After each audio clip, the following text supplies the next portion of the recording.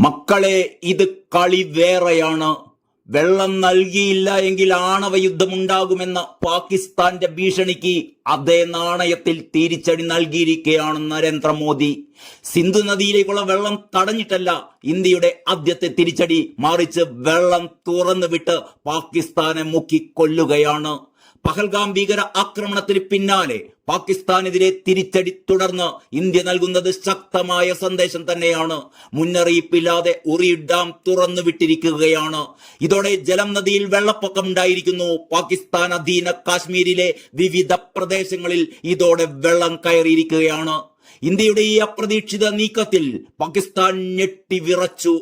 മിന്നൽ വെള്ളപ്പൊക്കത്തെ തുടർന്ന് ചിലയിടങ്ങളിൽ ജനങ്ങളെ മാറ്റിപ്പാർപ്പിച്ചു. നദീതീരത്ത് നിന്ന് മാറി താമസിക്കാൻ നിർദ്ദേശവും നൽകിയിരിക്കുകയാണ്. സിന്ധു നദീജല കരാർ മരവിപ്പിച്ചതിന് ശേഷമുള്ള ഇന്ത്യയുടെ ആദ്യത്തെ പ്രധാന നടപടിയാണിത്. പാകിസ്ഥാനെതിരെ നയതന്ത്ര തലത്തിൽ ഇന്ത്യ കനത്ത തിരിച്ചടി തുടരുന്നതിനിടെയാണ് ഉറി ഡാം തുറന്നു വിട്ടുകൊണ്ടുള്ള നിർണായകമായ നീക്കമുണ്ടായിരിക്കുന്നത്. കൊഹാല, ധാൽക്കോട്ട് എന്നിവിടങ്ങളിലെ താഴ്ന്ന പ്രദേശങ്ങളിലും വെള്ളം കയറിയിരിക്കുന്നു.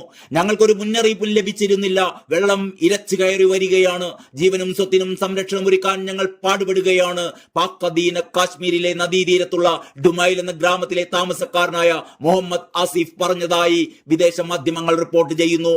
പാക് അധീന കാശ്മീരിന്റെ തലസ്ഥാനമായ മുസാഫറാബാദും ചഗോദിയും തുടങ്ങിയ പ്രദേശങ്ങളിൽ അടിയന്തര മുന്നറിയിപ്പ് നൽകിയിരിക്കുകയാണ് പാക് ഭരണകൂടം.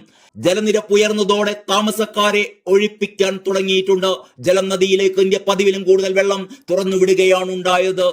ഇന്ത്യ മനഃപൂർവ്വം ഡാമിലെ വെള്ളം തുറന്നു വിടുകയായിരുന്നു എന്ന് പാക് അധീന കാശ്മീരിലെ സർക്കാർ ആരോപിച്ചു. മുൻകൂർ അറിയിപ്പ് നൽകാത്തത് അന്താരാഷ്ട്ര ജലസേചന നിയമത്തിന്റെ ലംഘനമാണെന്നും അവർ പറഞ്ഞു. സംഭവത്തിൽ ഇന്ത്യ ഇതുവരെ പ്രതികരിച്ചിട്ടില്ല. എന്നാൽ ജമ്മു കാശ്മീരിലെ കനത്ത മഴയെ തുടർന്ന് അണക്കെട്ട് തുറന്നുവിടുന്നത് ഒരു സാധാരണ പ്രവർത്തന നടപടിക്രമമാണെന്നും റിപ്പോർട്ടുകളുണ്ട്.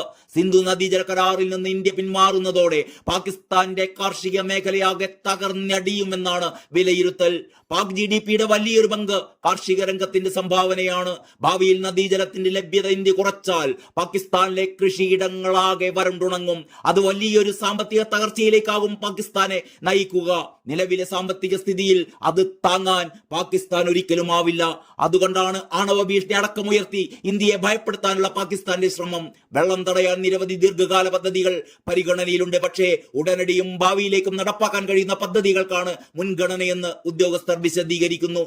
എന്നാൽ ഡാം തുറന്നുവിട്ടും പാകിസ്ഥാനെ പ്രതിസന്ധിയിലാക്കാൻ കഴിയുമെന്ന് തെളിയിച്ചിരിക്കുകയാണ് ഈ പുതിയ സംഭവം.